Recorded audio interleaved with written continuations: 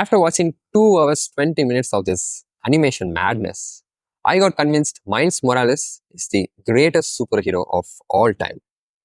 But whenever I close my eyes and think to myself, was the villain actually right? I want to scream no, but I usually have a hard time justifying that answer. And the reason for that is, say the villain was true, that the universe gets destroyed when a canon event gets destroyed. Then Miles doing all that he can, burning bridges with his mentor, girlfriend, friends, antagonizing every Spider-Man from every universe, making leaps of faith far more spectacular than the first one.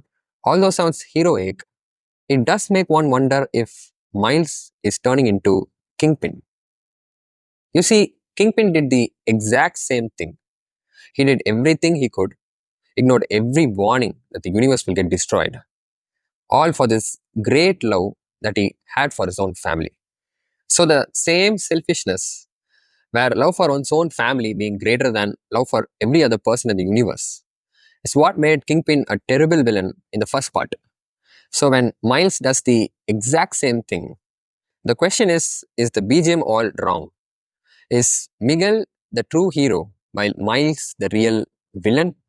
Well, not so fast. Since Miguel himself went to another universe to steal a family, that makes Miguel also another Kingpin. The only difference is, while Kingpin built this huge mission that cannot be controlled and fails spectacularly, Miguel solved the same problem of interdimensional travel using a lightweight pocket watch. Basically, it's the exact same scene from Iron Man. Villain builds this huge building-sized arc reactor that doesn't work, while hero builds the same arc reactor in a desert with zero supplies that he can wear it in his chest and walk around. So point is, their intentions are same, but their technological superiority is different. So if Miles is equal to Kingpin is equal to Miguel is equal to Scarlet Witch, are they all villains? Well, one obvious difference is, while these three are trying to steal a new family from another universe, Miles is just trying to save his current family in his existing universe.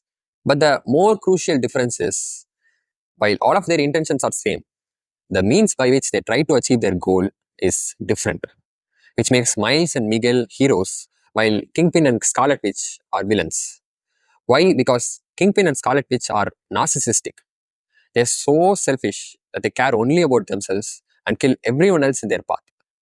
Kingpin killed Prowler, his long-term loyal servant, without any hesitation, while Scarlet Witch tried to kill Doctor Strange, who was fighting alongside her in Endgame and Infinity Wars. But Miguel and Miles are different. They care about other people. Miguel felt so guilty about killing all those people in the other universe, he created Spider Society in order to stop that from ever happening. And Miles, even though he was fighting for his cause, he didn't kill one single Spidey. He just hurts them in order to buy himself some time and escapes. So Miles is not being selfish, Miles is trying to be great. Just like the song lyrics, Am I Dreaming? He's fighting to save both his father as well as the universe together. But Miguel believes that's not possible. Because when people can't do something themselves, they're going to tell you, you can't do it. So the third part, Beyond the Spider-Verse, is nothing but this pursuit of happiness, a love story between father and son. But how will Miles become great? How is that even possible? Well, the answer lies in the climax. When Gwen's father quits his job, he destroys a canon event, as he was supposed to become captain himself and die just like Miles' father. Fun fact, Gwen's and Miles' stories are very similar. Even though Miles' father finds Miles just beside Uncle Aaron's body and immediately suspects him to be the murderer, he then immediately changes his mind and becomes best friends with him. But for Gwen's father to change his mind about Gwen, he had to chase her throughout the entire movie, learn her secret identity, get depressed, quit his job, do some soul searching in order to finally gain some trust in Gwen's innocence. But back to the canon event, when the paper villain appears and Miguel drops in to stop him, the real event they were supposed to stop was Gwen's father learning about Gwen's identity, because that's what destroyed the canon event. But Miguel freezes her father, throws her a bracelet, and calls it an evening. But the point is, Gwen's universe doesn't immediately start collapsing. Similarly, in Prowler's universe, not just the canon event, Even Spider-Man is missing. But the universe is perfectly fine and fully functional. Sure, there are some problems, but the universe is not suddenly collapsing. Fun fact, since Spider Man from Miles' universe died and Spider from Prowler's universe bit Miles, the burden of being Spider Man for both universes falls on Miles, which means Kingpin, the same Kingpin that Miles killed in part 1, he has to kill him again in part 3, with now Miles himself defending him as the Prowler. So, in summary, in Gwen's universe and Prowler's universe, there is no canon event or Spider Man, but the universe is perfectly fine. But in Indian Spider-Man's universe and Miguel's universe, destroying a canon event destroys the universe. So the conclusion is the same cause doesn't produce the same effect. In fact, it produces two different effects. So destroying a canon event doesn't deterministically destroy a universe, but probabilistically destroys it sometimes, like tossing a coin. So Miguel was wrong. Even in Indian Spider-Man universe, that black stuff that appears as soon as Miles saves the policeman, that's nothing but Spot's portals. That's the same black stuff that caused the bridge to break and caused the whole accident. So it was there the entire time. It didn't magically appear as soon as Miles saved the policeman. And if you look even deeper, in Miguel's universe, where just like Peter Parker in Gwen's universe, Miguel is not the Spider-Man, but a canon event who dies for some other Spider-Man. So when Miguel comes and replaces the dead guy, he destroys the canon event, but the universe doesn't immediately get destroyed. Instead, he gets to spend some quality time with his newfound stolen family. So, in summary, Miguel was completely wrong. The universe doesn't immediately get destroyed or magically get destroyed or deterministically get destroyed. Instead, there is a logic to why it gets destroyed. And to understand why, we need to start from the beginning one last time. If you take the very first Spider-Man, Peter Parker, he first helps the thief who steals money from the boxing club instead of stopping him. He does this so playfully and casually, he even laughs to himself after helping him. But when the same thief ends up killing Uncle Ben, that's when he turns into this responsible Spider-Man. You see, anytime some crime happens somewhere, every common man's first reaction is to be indifferent. For example, in 2016, when a woman was stabbed in broad daylight at Chennai railway station, nobody stopped the murderer, nobody saved the bleeding woman, and everyone caught the next train. The girl lay there bleeding for 2 hours before police finally arrived on the scene. And the reason for this neglect is diffusion of responsibility. Everybody thought the other guy was calling the cops and minded their own business.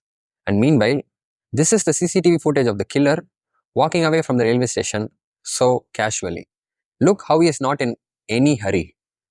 Meanwhile, everybody else at the railway station are so worried about not being late to office, they're rushing to catch the next train. I mean, shouldn't it be in reverse? Shouldn't the authority of the police be far more threatening than the authority of your stupid boss? If only the killer had turned into a serial killer and killed everybody's uncle who were at the railway station that day, then everyone would have turned into a Spider-Man, calling the cops or the ambulance the next time they saw crime happening before their face. But the thing is, this is not something unique to Chennai, which by the way is my hometown. Hashtag proud Chennai. But it's something that happens everywhere in the world, and it's called the bystander effect or herd mentality. So basically, when someone's in need of some help, one part of our mind goes, oh, I should go help him. But the other part of our mind goes, no, I should just follow the crowd. And usually, the latter part of our mind wins. So in this BBC video, when a woman finds this man needing some help, she gets stuck in this dilemma because she doesn't know whether she has to go help him or follow the crowd. But as soon as someone from the crowd goes in to help the man, she immediately joins in because the conflict has been resolved. The crowd is doing exactly what she wanted to do. And the same thing happens even in SpiderVerse climax. Every Spidey, including the all-knowing, all-rebellious Hobie, keeps quiet in the Spider Society. But as soon as they see Miles starting to rebel, they all immediately join in. And the moral of the story is, don't wait for someone else to lead. Don't wait for the crowd to act. Instead, you be the leader and you form the crowd. So when Abdul Kalam asked actor Vivek to plant 10 million trees, actor Vivek was like, are you crazy? I'm just one person. How can I manage that? To that, Abdul Kalam said, you just be the leader. Help will automatically come. Crowd will automatically form. And just like he said, before Vivek's death, Vivek was able to plant 3 million trees. So never wait for others. Just pick up the damn phone and make the call. Just like Stanley says, help others because it should be done, must be done, and it's the right thing to do. So back to our Spider-Man. If not for the canon event or Ben's death, then Spider-Man would have continued being this indifferent person and would have never changed into this caring person. So when Cyclops creates the sun in part 2, Spider-Man would have continued being indifferent, saying, this is not my problem, and would have simply caught the next train. And the universe would have gotten destroyed, being consumed by Cyclops' sun. Similarly, even in Into the Spider-Verse, Uncle Aaron's death or the canon event changes Miles' personality in two different ways. One, instead of being this cowardly Spidey who runs away from Kingpin, he turns into this courageous Spidey who takes the leap of faith. All because of this deep desire to take revenge for Uncle Aaron's death. And the same desire for revenge lets him control his powers instead of being controlled by his powers. So Uncle Aaron's death is a fundamental event that helps Miles rise up to the situation. But the scene was so poorly executed that I hated Into the Spider-Verse movie.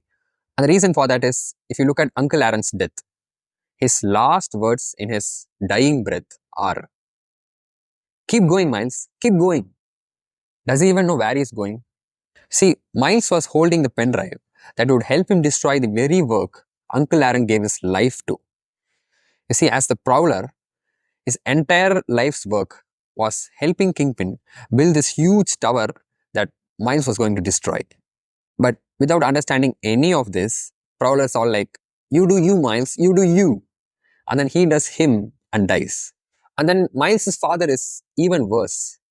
Instead of informing Miles that his uncle just died and calling him for the funeral, he'll be all like, I see a spark in you, Miles.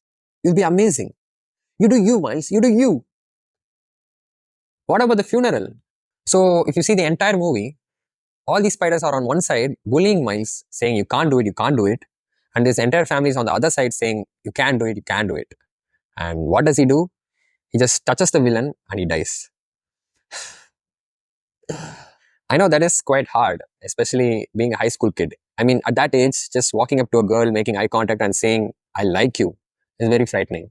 So, facing the villain and being able to touch him, that's hard. Anyways, the point is, it's not because of some destiny that got disturbed that the universe is collapsing. No. There's actually a logical reason why universes collapse. It's because canon events help put Spider-Man in the right mindset to fight off his villain. And without it, there's a universe-destroying villain present, while a Spider-Man with the right mindset to fight him off is absent. So, without the opposition, the villains succeed in destroying the universe. And that's the purpose of canon event, to set the right mindset in a Spider-Man. So, if you take Miles, he already has the right mindset. He's courageous, he fights crime, he controls his powers. So, why does he need a second canon event? And do we even know Spider-Man who have had 2 canon events? Well, there's this famous quote by James Sexton in Lex Friedman podcast, where he says, every great love either ends in death or divorce. Similarly, even in Peter Parker's life, Uncle Ben's loss, a canon event, ends up having a positive influence in his life, where from an irresponsible Spider-Man, he turns into this responsible Spider-Man. But MJ's loss, a canon event, basically the breakup that he has with her, ends up having this negative influence in his life, where he gets sad, depressed, lonely, grows a beard, becomes fat, and turns suicidal when he opts to stay back in Miles' universe in first part. Because a life without MJ is a life not even worth living for Peter Parker. So, canon events can have a toxic effect in a Spider-Man's life. And the greatest example of this toxicity is Miguel O Hara. You see, Miguel stealing a family in another universe, destroying the canon event and collapsing the universe is just one half of the story. The real reason Miguel even goes to that universe is because he loses his family in his current universe, which means a canon event in his current universe causes the collapse of the other universe. So if you take the two universes, their two timelines, and their two canon events, then Miguel O'Hara, after losing his family in his current universe, searches for a new family and finds it, jumps to that universe, destroys the canon event, and destroys the universe. So if you're being myopic and look only at the last two events, then your conclusion will be destroying a canon event destroys the universe. But if you look at the whole picture, then allowing for this canon event to occur was the reason why the universe got destroyed. And this is where it gets confusing. In Spider-Man 1 and SpiderVerse 1, canon events helped save a universe. But in Miguel O'Hara's universe, canon event destroyed a universe. In Gwen Stacy's universe and Miles Morales' universe, canon events did nothing. So if you add it all up, canon events sometimes save a universe, sometimes destroys a universe, and sometimes does nothing. Just like a dice. Each time you roll, you get sampled probabilistically. So understanding nothing about canon events, Miguel O'Hara is trying to control the entire multiverse. Just like Trump, understanding nothing about climate change while withdrawing from the Paris Agreement. In fact, Miguel keeps calling the glitching spider biting Miles an accident, when in fact every Spider-Man from every universe was a result of accidents. No Spider-Man was ever planned. No scientist ever went, oh, this spider is for Spider-Man. And moreover, Miguel keeps calling the glitching spider an anomaly, Miles an anomaly, Spot an anomaly. What is an anomaly? An anomaly is a deviation from the standard rule. And what is Miguel's rule? Every Spider-Man must lose his father in the canon event.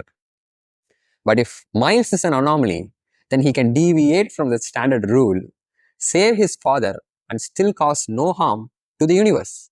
Instead, what does Miguel say? Miguel says, go save every life out there in the entire universe, except your own father. That's like asking a neuroscientist to go perform thousands and thousands of neurosurgeries, but when his own wife at home gets sick and has a headache, don't give her tablets. So, by asking Miles to go save the entire universe, what Miguel doesn't understand is, to Miles, his father is the entire universe. But Miguel's solution to the whole universe-destroying villain being present while a universe-saving Spider-Man with the right mindset being absent is to completely obsess over a Spider-Man's journey, have complete control over all of his life experiences, making sure they carefully shape the Spider-Man's mindset to make him ready to fight off the villain. But instead of focusing on the hero so much, why not focus on the villain? Why not save Kingpin's family so that Kingpin never turns into a villain? Or prevent the bagel from hitting Spot's head so that Spot is less angry with Miles? My point is, why do we ask women to wear more and more clothes instead of teaching men not to rape women? It's the same thing, right? Instead of focusing on the villains, we focus on women and Spider-Man, lecturing them about how to behave. And this conservative mindset of Miguel's is actually backed by math. So let's say Miles saving his father destroys the universe with 0.5 probability or does nothing with 0.5 probability, just like tossing a coin. But a conservative Miguel would argue, how can we leave the existence of the entire universe up to chance, all for saving one man's father? So to answer that question, let's calculate the expectation of these probabilities. The cost of losing 8 billion lives is negative 8 billion, while saving one man's father is plus 1. Now, even if we tip the probabilities to make it very, very unlikely, say 0.00001, then the expectation still comes out negative, and that too a pretty big number. So basically what the math says is, better be safe than sorry. Error on the side of caution. Wear seatbelts inside a car. Wear helmets on a bike. Wear condoms before sex. And take a prenup before marriage. And that I'm saying out of experience. You see, taking a prenup doesn't mean you're expecting for divorce to happen. No. You are just considering that tiny little possibility where divorce can happen and covering for that like any insurance. So conservative thinking is a pretty reasonable argument from Miguel. It's valid thinking. But Miles is completely different. He's all about better be sorry than play it safe. And where do we see this? We see it all the time in dating. Say you're going to approach a beautiful woman you like for the very first time, or you are leaning in for the kiss on your very first date, or you're proposing for marriage, going down on one knee in a room full of people, all lingering on the girl's answer. Then, in all three scenarios, there is the risk of rejection, hurt, and pain. But regardless of the risk, you're shooting your shot, taking the leap of faith, just like Miles. Whether it is part one villain who outweighs Miles, or part two villains who outnumber Miles, whenever things get overwhelming, Miles answers it using the leap of faith. In other words, Miles is a believer. But it's one thing to put your own life at risk. For example, when you're skydiving, if you die, only you look like the idiot. But it's totally another thing to jump and put the entire universe at risk, which is why dating and marriages have completely opposite advices. In marriage, we say better be safe than sorry, and in dating, we say better be sorry than play it safe. This is because what you lose from a breakup versus what you lose from a divorce are completely different. Breakups rip your heart, sure, but divorce rips your heart, your home, your bank balance, your life savings, your time, pride, peace, mental health. And if you have kids, then you're going to be struggling for years in family court fighting for custody. So, divorce rips out your soul. So, since the costs are completely different, the expectations we calculate are completely different, and so the philosophies are completely different. So, in Miles' case, since the costs are too high, the right thing to do is actually follow the marriage advice or Miguel's advice. The right thing to do is be conservative. I know I hate it when Miguel seems right. But deep down, somewhere beyond all the math, I believe Miles is justified in opposing Miguel because Miguel's whole canon event theory is just one big superstitious belief and it needs to be broken. Just like some baseball players who don't wash their lucky caps because they believe something so small as the dirt on their cap has the potential to determine the result of their entire game. I mean, I know, I used to be OCD too. But Miguel believes exactly the same thing. He believes the life or death of just one life has the power to determine the life or death of the entire universe. Just like that butterfly effect, where a butterfly flapping its wings in one city can cause tornadoes and hurricanes in the other. I mean, even though butterfly effect is a real science in chaos theory, this example is just utter bullshit made up by the media to grab hold of people's attention. It's like a clickbait title. Because if it was really true, then the National Disaster Relief Organization would be hunting down butterflies in the streets to prevent the next disaster, which is what the Spider Society is doing when it's jumping out of the building to grab hold of Miles. I mean, just let the butterfly live its life, guys. So, Miguel, instead of seeing the entire truth and be overwhelmingly confused by it, he decides to get selectively blind and sees only the few scenarios in which he's correct and concludes theories from it.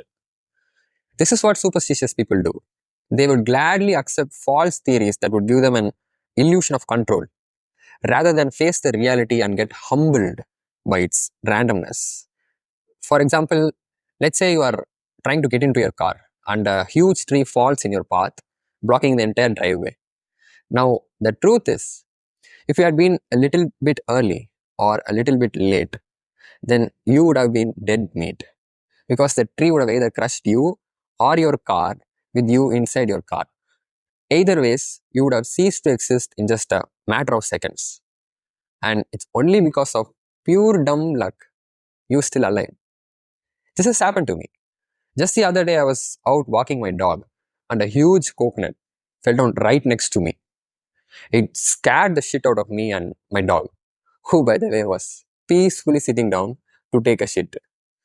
But if you ask a superstitious person, his narrative would be completely different.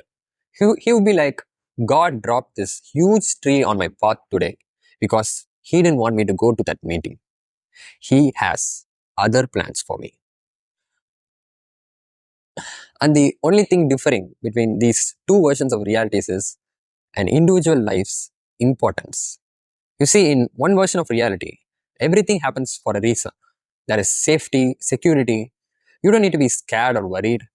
God is there to take care of everything. Just like the Tamil song lyric, தோட்டம் வச்சவன் தண்ணி விடுவான் சும்மா நில்லடா டே. Meaning, just like how plants in a botanical garden don't need to care about their survival. They just need to stand there and look pretty because a gardener is there working hard for them every single day. Similarly, you just need to focus on being a good boy and pray because a diligent God is there taking care of everyone working hard every single day. But in the other version of the reality, where there is randomness, anything can happen at any time. There is no method to the madness. Death can strike at any moment. And whether you being a good boy or bad has nothing to do with it. Just like the Stranger song lyrics, everyone's just disposable. None of our lives hold any meaning or value. There is no safety or security for any of our lives, which is a hard thing for people to digest. Even Einstein had a hard time digesting this fact. He famously once said, God doesn't play dice with the universe, but he does. Schrodinger famously came and proved that to the world. I mean, think about it. God did create the dice for a reason. So, surely, he must be planning on using it on us. And use it he does. Right from a tiny electron's movements to a super intelligent AI system answering all your questions. Probability is there everywhere. It pulls the strings under everything. And for a person who learns probability for the very first time, that will give you existential crisis. At least it did for me. I mean, just imagine you are Spider-Man for a second. Which version of your father's death would you prefer? Oh, your father died a hero. The existence of the entire universe was hanging in the balance, and your father gave his life up for an important cause. Or, oh, your father, he died in a freak accident. This entire wall came and smashed him like a roadkill. Obviously, the first one, right? Because first one makes us feel important and special. So, just like people used to believe Earth is at the center of the solar system, Miguel wants to believe a Spider-Man is at the center of the universe. I mean, a small girl just dies in the same accident as the father. But does the small girl's life hold any meaning or value? No. But father, oh, entire universe is dependent on it. So if we throw this egotistical, self-serving, self-important, superstitious belief aside, then just like in the Final Destination movies, where when we save a person, nature figures out millions of alternative ways to kill that same person. Similarly, I believe Miles can kill Spot in billions of ways. But in at least a million of them, he's also able to save his father. Hey, but that's just me. If that's not you, then hit the dislike button. But if that's you, then join the club and subscribe to my channel. I'll see you next time.